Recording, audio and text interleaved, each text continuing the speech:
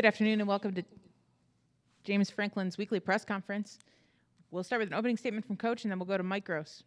Coach? Like always, I want to thank everybody for getting on and being supportive of Penn State football. We had, I guess the first thing to do is we had a very productive bye week. We did basically our normal Sunday practice. Then practiced on Tuesday and Wednesday, which was more good on good, some developmental periods. And then obviously got a little bit of a head start on Illinois. So we did that on Tuesday and Wednesday.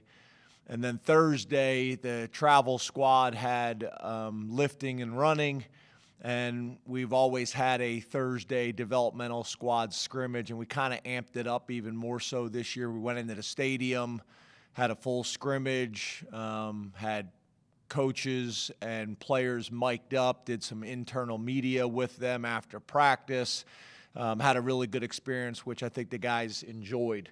So that was something a little bit different than we've done in the past. And then obviously the coaches were on the road Thursday, Friday, Saturday, and got back here, depending on the person, Saturday evening. I went to 2 games on Saturday and got back here Saturday evening. So very productive. And then obviously starting Sunday, we're able to get back into a normal game week, except we don't have the corrections from the previous game. So most of you guys know the routine, but I thought I would go over it briefly. Getting into Illinois, obviously Brett Bielema got a tremendous resume, has been successful in this conference as a head coach, highly successful. Obviously been a head coach in the SEC, coached in the NFL. Obviously with a storied organization, and now as a head coach again in the Big Ten at Illinois. So, tremendous respect for him and the university as a whole.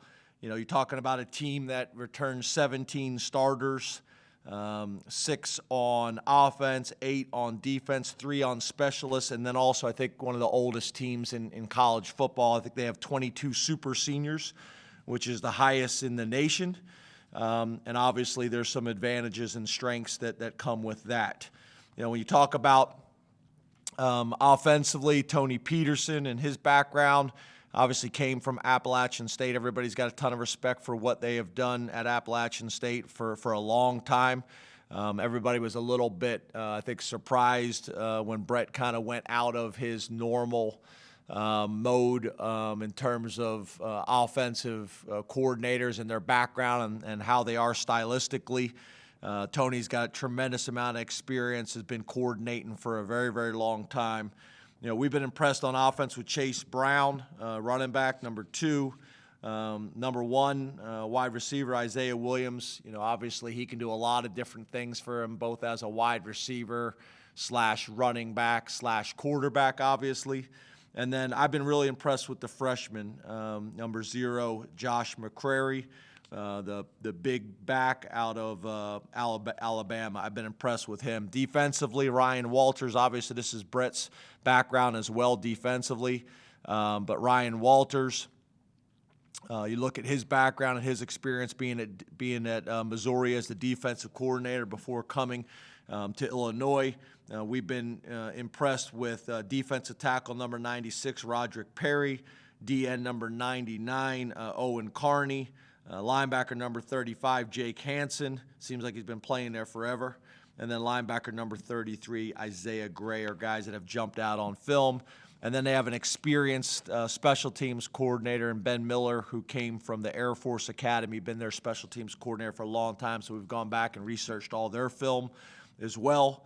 Been impressed with their kicker number 17, James McCourt, their punter number 14, Blake Hayes, and then their returner, punt returner as well as kickoff returner, Donnie Navarro, really flashes on tape. So tremendous opportunity. Look forward to being here in Beaver Stadium. Look forward to homecoming. Look forward to generations of greatness. I know our players and from what I see, the fan base really enjoys these throwback uniforms that we do as well. So looking forward to all that. Open up the questions.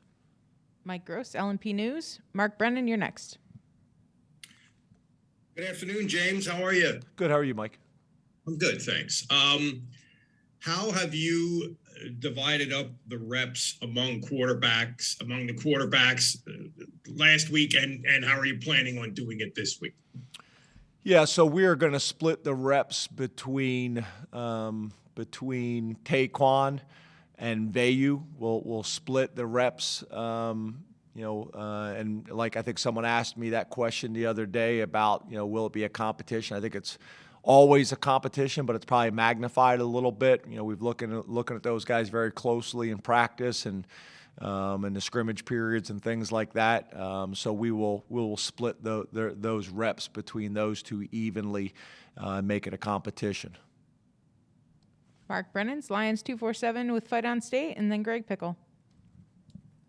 Hey, James, thanks for your time today. You as well. Did you get a haircut? I did. Looks nice.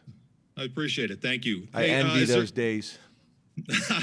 Hey, is there any update you can give us on Sean's availability to practice or play in games? And then when it comes to making a decision on who your starter is, at what point do you have to make that? Not necessarily announce it to us, but make it within the team. Thank you. Yep. I respect and understand you got to ask the question. I hope you respect and understand that I'm not going to get into a whole lot of detail on a Tuesday. With that, I haven't even, talked to, the players about that yet. Haven't talked to my team about that yet. We haven't really even had a full speed practice to do that. But obviously no different than any other situation. You'd like to make the decision as early as you can. We're not in position to do that right now. So those reps will be divided evenly, and once we know that it's clear, then we'll make the decision and go from there. So I know you got to ask the question. I know I didn't give you a whole lot of information there, but it's hard to say that on a Tuesday, where we're at when we really haven't even had a full speed practice yet. Greg Pickle, Blue Wade Illustrated, then Audrey Snyder. Good afternoon, Coach. How you doing? Good. How are you? I'm doing well, thanks. In terms of pros and cons of splitting the reps, what are those, especially with two guys who, unlike maybe in past years with your backup quarterback situation, haven't played as many game reps as some of the guys you've had before? Yeah, I think obviously, the reps in general are gold, right? So, I have worked with a coordinator in the past where he's going to pretty much give all the reps to the starter and no reps to the backups. And the whole reason is, every rep is critical to get them ready to play on Saturday. But I think there's always got to be a developmental aspect. So we've always, in spring ball and in summer camp, given reps to all three quarterbacks in the top three spots on your depth chart. And then once the season starts, it's the emphasis, obviously, on your first two.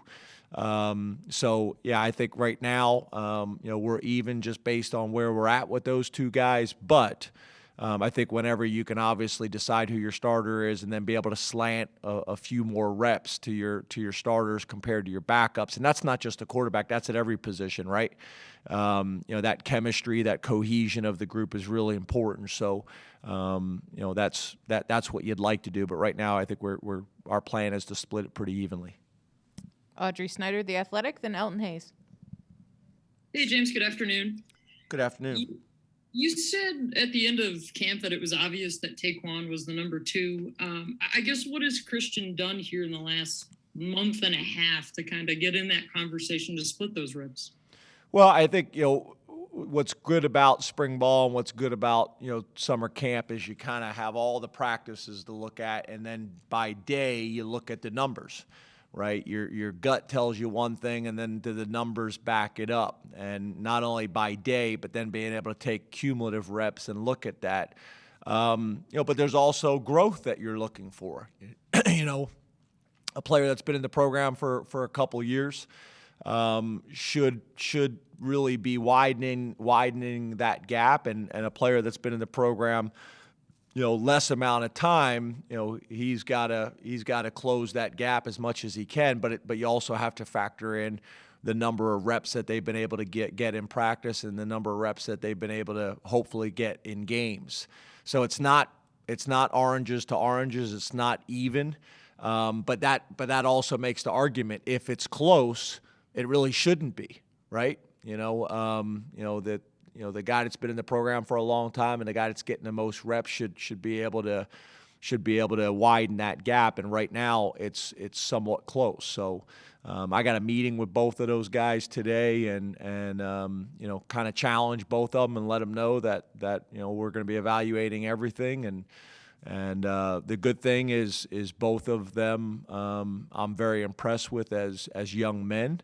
And as competitors and as football players, and this won't be any new information to them, but I still think it's important for me to sit down and talk to them face to face and go through some of the stuff with them. Elton Hayes, CNHI Pennsylvania, then Dennis Dodd. Hey, James. How you doing, man?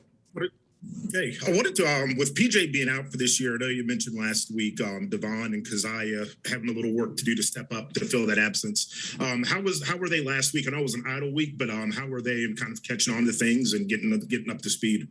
Yeah, they've been good, and we've also amped up, the opportunities and the reps for Amin Vanover and talked to him about putting some weight on for the last couple of weeks. He's done a good job of that.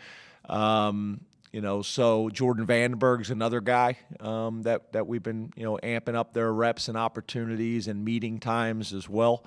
So it's all of it. I think Devon's taken some really good strides from the beginning of the year, and so has Keziah, and we need them to. We need them to. So, it's all about consistency. I think, Elton, you guys have heard me say that before. All these guys have the talent and the ability to do it. But there's a difference between doing it, 3 out of 10 plays compared to 8 or 9 out of 10 plays. And that's the expectation and standard that we need. We need to be 8, 9, 10 out of 10 in terms of their technique, their fundamentals, and their assignment. So they're trending in the right direction. Dennis Dodd, CBS Sports, and then Ben Jones. Hey, James, I don't want to beat a dead horse here, but could you just speak to the distasteful nature of, now fans booing players who go down just on general principle? I'm not speaking about anything specific, but that's just something I've noticed on injuries. Yeah, again, I appreciate and respect the question, but that seems like a discussion that we had a month ago. It seems like something that it feels like a month ago. We've moved on. Points have been made about it in detail. I probably gave my longest answer of my career at a press conference about that. So I've gotten it off my chest very clearly. If you don't have the audio for that or the video, we can send it to you. But I've made my points very, very clearly on that. And they've been discussed in great detail. So I'd like to move on to Illinois and focus on that. Again, I think I've been pretty clear on my points on that. Ben Jones, statecollege.com, then Rich Scarcella. Hey, James, how's it going? Good, Ben. How are you, man? No complaints. In the transfer portal day and age, having a good backup quarterback probably means you have someone else's starting quarterback. How does that influence roster management, recruitment, development, and especially when you look back at the last two guys that you've had that were probably set to be in a different position than you envisioned them? How do you kind of manage all of those things these days? Yeah, and it's tricky, right? Because it impacts so many things, which I think is your point, Ben. I've had two guys in our program, that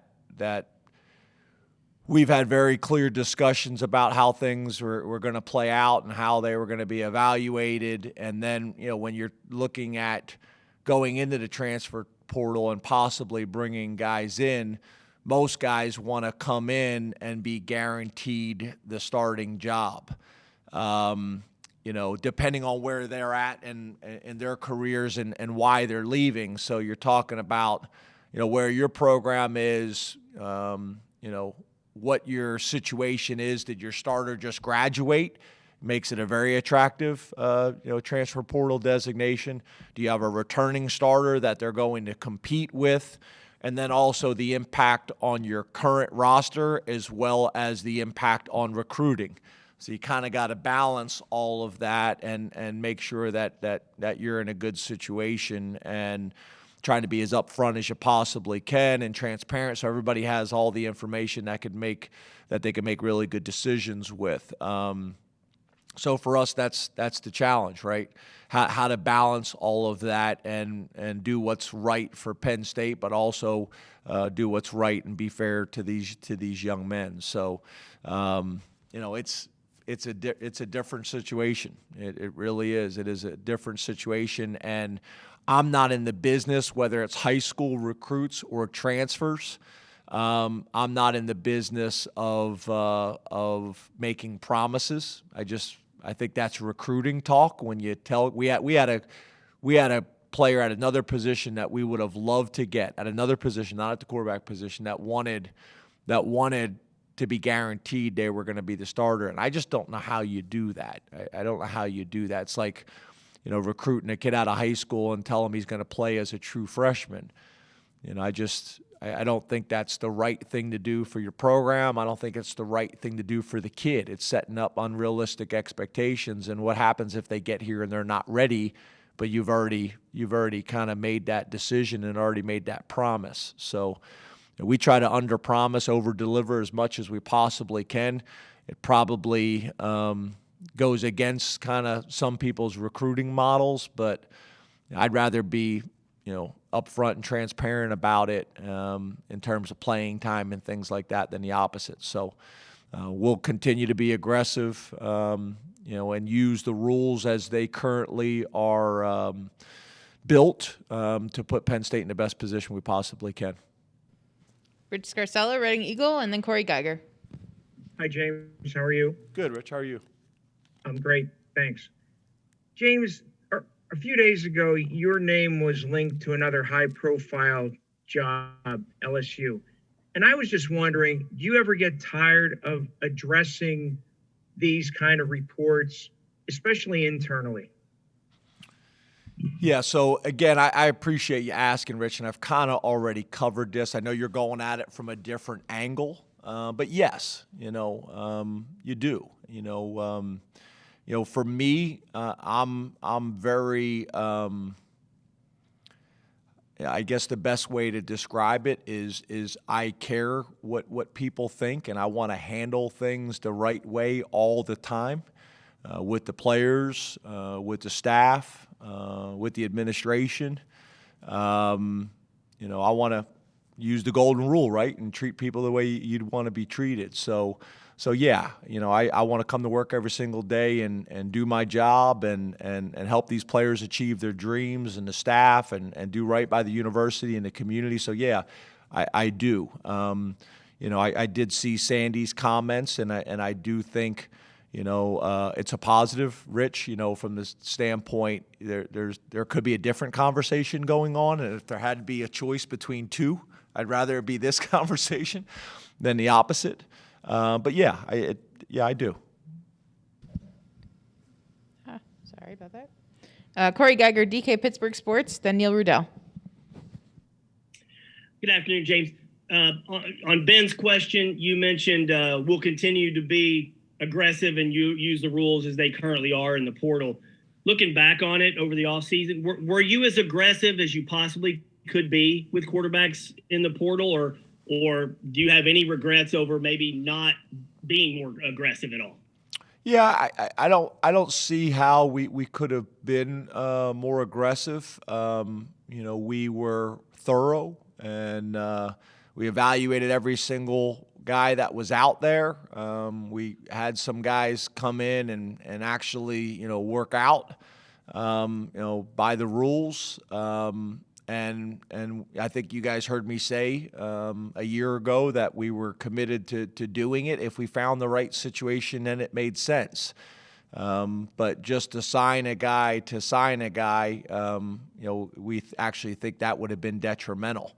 There's no way to get them all reps and to develop them. So, so for us, we did everything we possibly could. But again, that goes back to my point a little bit before. Based on your current situation and what your quarterback roster and seniority looks like, puts you in a different situation, and that's going to be year to year. That will change year to year. So whether it is a wide receiver or a quarterback or a defensive lineman, we're going to be thorough. I think we've shown the guys that we've brought in here have all done a nice job for us and been really good fits for Penn State, and are playing pretty well for us right now. So I think our process is good and it's thorough. But obviously, looking back at it, I understand the question. Neil Rudell, Altoona Mirror, and then Joe Giuliano.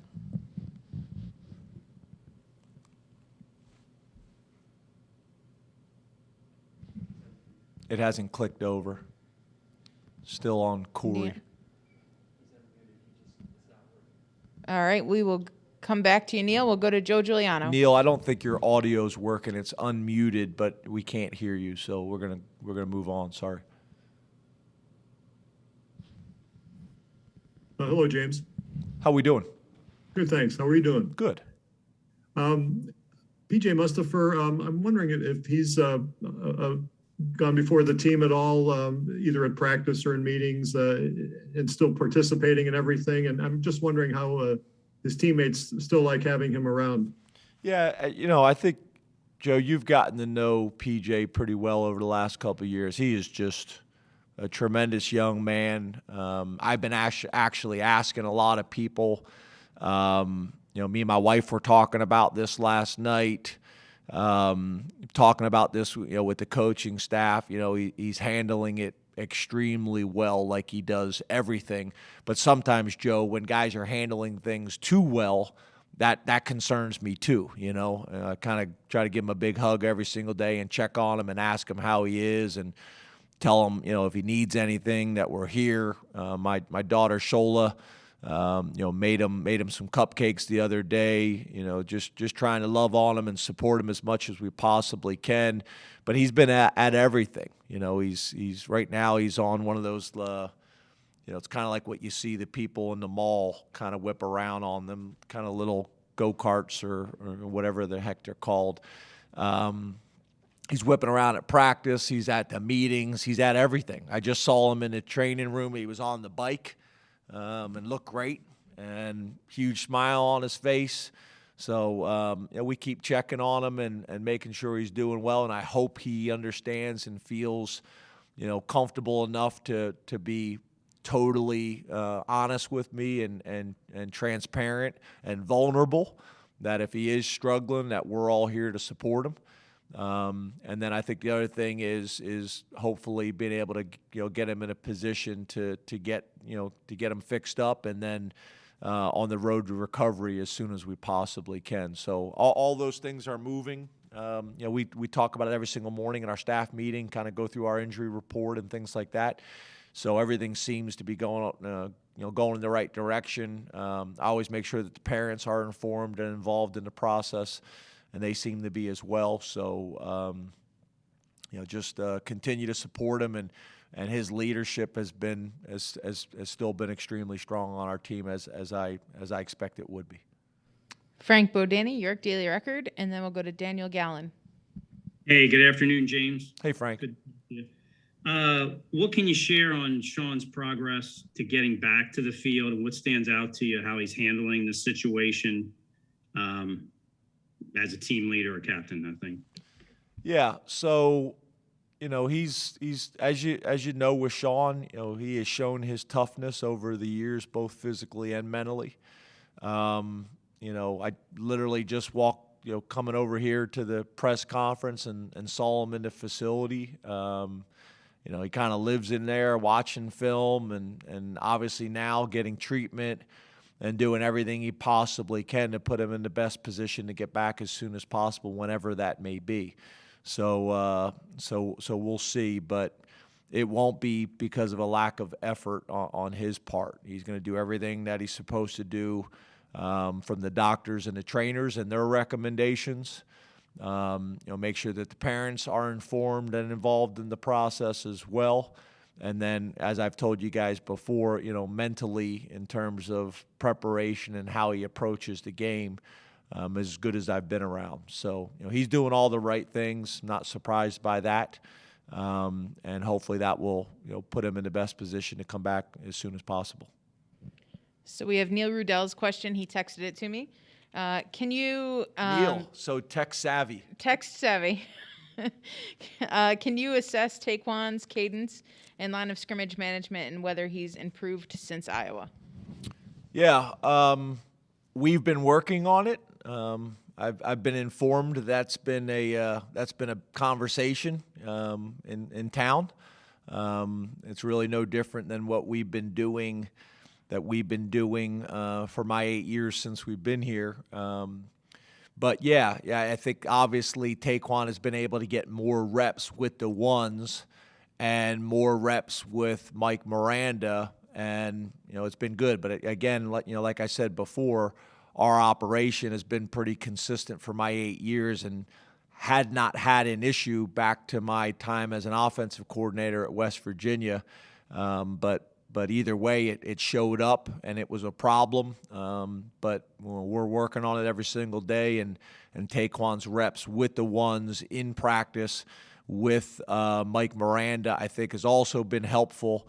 And then I think a thing I've said to you guys before is, we have a decibel counter on the sideline, a mic, to monitor all of these in each stadium of what they are, and then make sure that our practice decibels are louder than what they get in the stadium. And we've been in a pretty good position there. So, we'll continue to get our guys prepared to handle challenging situations like that, and it won't be the last one. Daniel Gallen, Penn Live, and then we'll go to Ali Berube. Hey, Daniel. James, how are you today? Good, man. Good. With losing PJ Mustipher, obviously from a physical standpoint, he was a big presence in there. From an intangible standpoint, what kind of changes with the defense without that leadership down there? What does this team lose beyond what he was just doing on the field? Well, hopefully we don't lose the leadership in every aspect, but on the field on game day. I mean, obviously that's impossible to replicate out there on the field, because he did have such a presence. But in terms of at practice, in the meeting rooms, and those types of things, I expect and hope that will continue. And then I think it's a great opportunity for other guys to step up. And good thing on defense is we do have a lot of veteran leaders. Jesse's played a lot of football for us. Ellis has played a lot of football for us. Brisker and Castro have played a lot of football for us.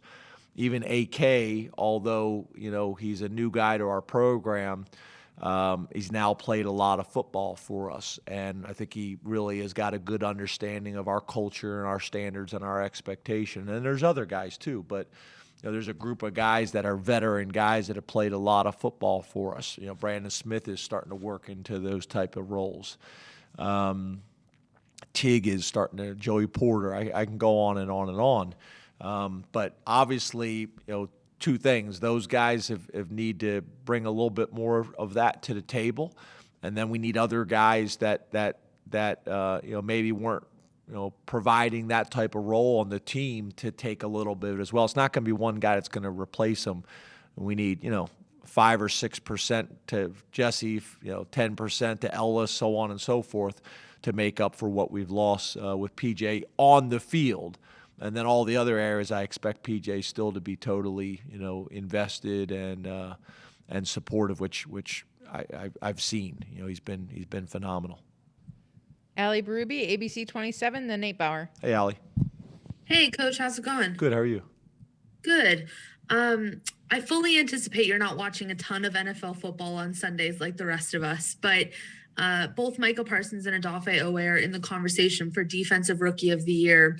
I'm curious what that says about the strength of your defensive staff and the players that you've been able to churn out in the last few years, and if you see the potential for that trend to continue to have some pretty impressive defensive NFL players coming out of Penn State. Yeah, it's really cool, right? That's part of it for us as well. We want these guys to have an unbelievable academic experience while they're here at Penn State. We want them to have a great athletic experience and achieve all their goals and dreams here at Penn State, both collectively and individually as a team, and as individuals. And then we want to put them in a position to go to the next level and continue to thrive and even sometimes take the next step. So to see guys that get there, and not only are they physically prepared to do it, but they're also mentally and emotionally prepared to do it. They know what to expect. Micah is actually here right now. He's here in State College. Micah obviously has really grown to love Happy Valley and State College. He's here all the time. He's got great friends. I think you guys know him and Jesse are like best friends. Odafe's doing unbelievable, and I'm so proud. All the things that we pounded the table of all the GMs and scouts about him, and how we just felt like his best football was ahead of him, to see those guys thriving, and other guys. One of the things that's been really cool is these jerseys. I've been getting jerseys from all these guys. They've been sending them back, which is great. I got one from Will Fries yesterday. Micah, I got his. I'm still waiting on Odafe's. So if anybody talks to Jason Odafe, I'm still waiting on that one. But I'm just super proud of them, and we want to, have the highest graduation rates in the country. We want to, win every game we possibly can here at Penn State, and put a team on the field that our fans and alumni and lettermen can be really proud of. And then we want to have as many guys in the NFL as any other program in the United States. And we want our guys to go there and be successful, both on the field but off. All the discussions that we've had about, making really sound, solid financial decisions so that our guys can maximize that experience and set themselves and their families up for a lifetime of success. We've had a lot of conversations about how to handle those situations so that our guys may hopefully avoid some of the problems that other athletes and football players have had. So it's really cool, and they're two tremendous examples, but there's many others as well. Blake Gillikin, I talked to his dad yesterday. His parents are coming to the game this weekend. Dad called me. I think he's fourth in the NFL right now in punting. So all these stories and all these examples, I'm super proud of it. I'm also proud of the relationships, with the families. Like I said, like the Gillikins coming up to the game this weekend. So it's pretty cool. Nate Bauer, Blue 8 Illustrated, then Bob Flounders. Hey, James, how are you? Good. How are you? Good. Hey, I guess I'm thinking specifically of PJ, but maybe for other guys too. Do roster management questions arise during the course of the season as to a guy deciding to come back for a year beyond what's expected based on a situation like that? Yeah, great question. That's another thing that we did last week. So we've been getting evaluations on guys, feedback, what they're doing well, what they need to do better. Obviously, we have that internally in our self-scout, but I'm talking about outside with scouts and GMs, and that was part of our meetings last week with our current roster of guys that, are in their juniors and senior years, things like that. There's a fine line of it, right? The feedback is important, but the real decisions and the real conversations are going to happen, probably towards the end of the season. But I'm also a little aware and concerned. Once we change this rule at the NCAA level, and really more specifically at the NFL Players Association level, in terms of when agents can talk to players, and we changed that rule that the agents can talk to them their freshman year. If we're not talking to them from one perspective and they're only hearing it from an agent's perspective, then I think that can lead to some bad decisions. Not that agents, are bad people and trying to convince every single player to come out early. I don't mean that, but there's different perspectives, right? And I want our players to have every perspective to think about so they can make the best decisions for them and their families. And there's been examples of that we've had at Penn State, right, of guys that have stayed and it's worked out really well. We've had some guys that have left early and it's worked out really well. We've had some guys that probably, if they would do it all over again, would have come back. And I just want to make sure that your parents and the young men have all that information so they can make the best decisions. And then, what can we do to support them throughout that? So I think PJ's a really good example. We did have that meeting last week, but I'm hoping to sit down with him again one-on-one because obviously the scenario has changed a little bit and see where him and his parents are at. And at the end of the day, once decisions are made, then we're going to support them every way we possibly can, just like we did with Odafe. So yeah, I think that's a good question. It's always a challenge because most coaches and people don't want to have those type of conversations during the season because you want to stay laser focused on the task at hand. But once again, if you're not talking to them and other people are, then you're probably being naive. We have time for 2 more questions. Bob Flounders, Penn Live, and then we'll wrap it up with John Petishnock. Hey, James, how are you? Good. How are you, Bob? I'm good, James. I wanted to ask you about Curtis Jacobs' development during the first half of the season. I thought he was very disruptive in that Iowa game. Do you see him kind of playing faster and things kind of – it just looks like he's starting to really figure things out. Yeah, I think that's a very fair assessment. Me and Coach Pryor were just talking about this. He's always had the athleticism and the skills, really obviously all the way back to the recruiting process, his ability to impact the game in high school on offense and defense. But to transition to a full-time linebacker at this level, was an adjustment. So, he's gaining more and more confidence. I think he's getting more and more comfortable of how he fits into the defense and what plays that he needs to make, what plays he should make. I think your point is a great one. Me and Brent have been talking a lot about his growth, not only from last year, but really over the last couple of weeks. And I think you'll see that him continue to trend. And I think Brent's done a really good job of this. If you look at, his career, all the way back to Mike Hull. We made some changes with Mike Hull where we were playing him and his production skyrocketed. And then we've kind of had some guys that have come in like Curtis and played as true freshmen and then, took on a starting role the next year and, kind of went from there. And then, the transition from playing to the field into the box like Brandon Smith has been able to do. I think Ellis is playing as good as any middle linebacker in the country right now, extremely productive. So I think Brent's got, a really good track record of developing the position. And I think Curtis is a really good example of that right now. I think sometimes people would like it to go faster, but it doesn't really work like that. It happens when it's supposed to happen. And I think Brent's track record of doing it is as good as anywhere in the country. John Petishnock, Football Letter. Hey, good afternoon, James. Appreciate your time today. You as well, John. Hey, a few weeks ago, you mentioned how the energy of the fans helped when you had 4 straight home games. You also said you felt the energy was good for the community. Obviously, a big week planned this week for homecoming. I just wanted to ask, what's your perspective on what it means to have fans back at Beaver Stadium and what it means to the State College area, not just economically, but just from a general morale standpoint?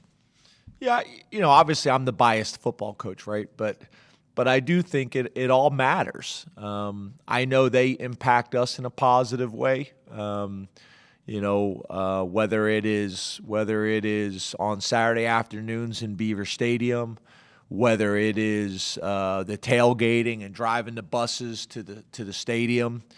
whether it is, having recruiting trips downtown where we're bringing people in on official visits and people are just excited and you can feel the energy and the buzz in the town. Maybe it's when I'm going on my afternoon walk and I'm tired and ready to turn back and somebody kind of gives me a shout and gives me a little bit of energy to finish my walk with the tempo I want it to be. And then it's obviously the other way, right? It's the impact on the bars and the restaurants and the hotels and the economy and, also, for the university, right? What an unbelievable opportunity it is to be the front porch of the university and allow millions of people all over the country and really all over the world to get a glimpse of what Penn State is all about. How our guys play on the field, how our guys present themselves in the media, how our guys are successful at the next level.